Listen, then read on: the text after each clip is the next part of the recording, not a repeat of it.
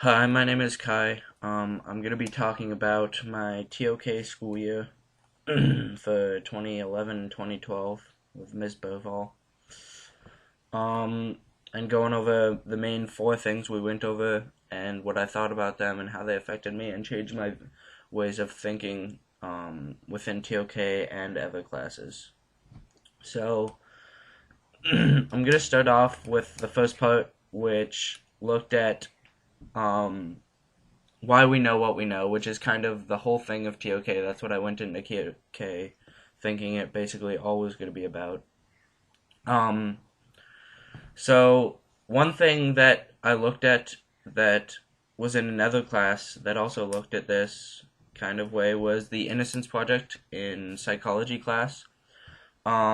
This is when people who've been convicted of some sort of crime, mostly like murder or rape, at the time they were convicted guilty. But this is later revisited by the people at the Innocence Project, and many people have been proven innocent because of this due to new technologies or new things that we have now. Um, and when you look at this, a lot of these people had been convicted by somebody who came into the court and said, "Oh, I promise to not tell a lie," and the way they know it, they probably weren't telling a lie. They said this man, whoever it is, raped like me or my daughter or somebody, or I saw it, and it convicted somebody and put them to jail.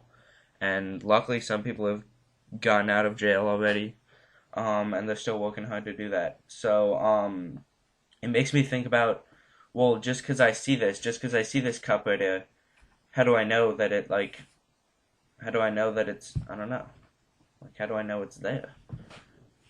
Or this phone or whatever. Another part we did is like this I believe, which makes me think like what can I say? What can I be so sure about? Um, like even though I know that cup is there and I can see it, how do I know that that cup is there? And really like how can I be positive of that? So I guess it's sort of a faith thing.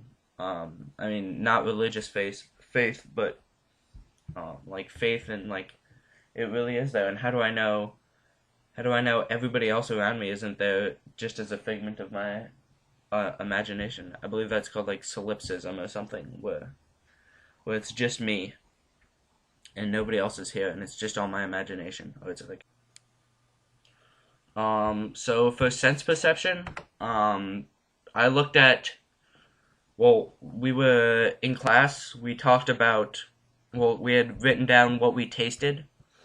Um, and you never really think about it. I don't know. This kind of got me thinking. I don't know why, but I like this portion of this a lot. Um, it kind of got you thinking like, why do I never think about that? And like throughout a day, I'll eat something and I'll be, oh, this is so delicious. And then 10 minutes later, I'm not even thinking about it.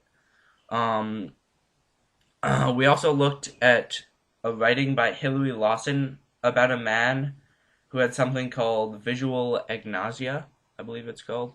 When he looks at something and he'll see it, but he'll recognize the parts of it. So if somebody looked at my face, they'd see, oh, I see a nose, ears, eyes, all these different parts, but you're not going to see the face as a whole. So looking at Miss Burvall's face, you're like, oh, what a beautiful woman.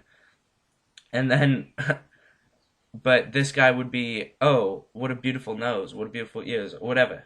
It would, yeah, which is kind of weird, but yeah. This, I don't know. When I think about this, this would be so hard to live with because you can't recognize things. Like, how do you? You don't know the people. You've heard it. Well, you could kind of remember them in your head through the voice, or oh, I recognize his nose or something. I don't know, but how do you even know the people? Like, how can you know your family? How could I? It's horrible. Yeah. Um, Another part of this year we looked at language as a way of knowing. Um, this was probably my least favorite, just because however much I like the English language, I don't like any other languages. So, and in the end, I did my project on the perception between languages, which was so great. But I'm gonna go into this a little bit. So, when let's say you have a Japanese businessman and an American businessman, and you're both here, and you're trying to get a business deal done, and the American man is doing what Americans do, being American, and the Japanese is being a Japanese guy, and they don't really know like what the other one does. The Japanese one trying to be super respectful just because it's him, but the American one's like, "Oh, hey, how's it going? Let's do this."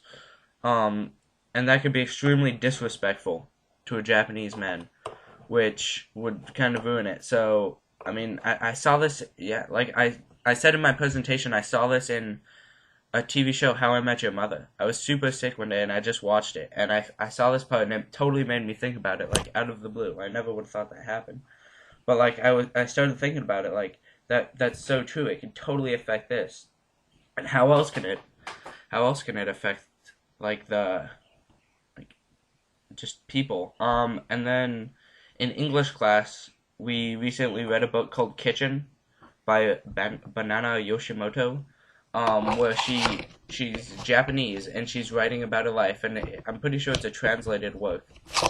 And it's like I thought about how translating things, maybe in a business deal or even in this book, it could totally change it. Like Japanese have words for like laying on your it's as hard as laying on your back or laying upside down and is eating rice, and like we don't have that. And how can you view things like that in a different language? You could say it, but it's still not the same full thing as just one word or one character, whatever it is. So yeah.